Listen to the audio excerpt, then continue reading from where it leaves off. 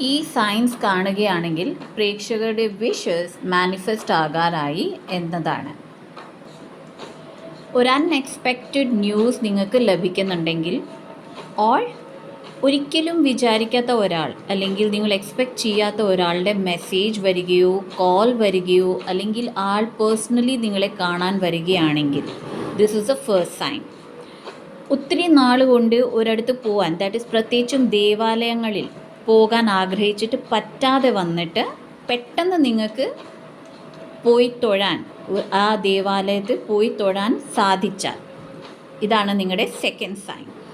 And out of the blue ഒരു marriage proposal ലഭിക്കുകയാണെങ്കിൽ, അത് പ്രപ്പോസലാകാം അല്ലെങ്കിൽ നിങ്ങളുടെ കുടുംബത്തിൽ ആരുടെയെങ്കിലും മാരേജ് നടക്കുന്നതായിട്ടുള്ള ന്യൂസ് ആകാം.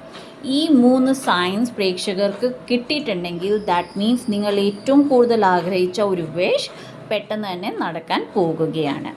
All the best.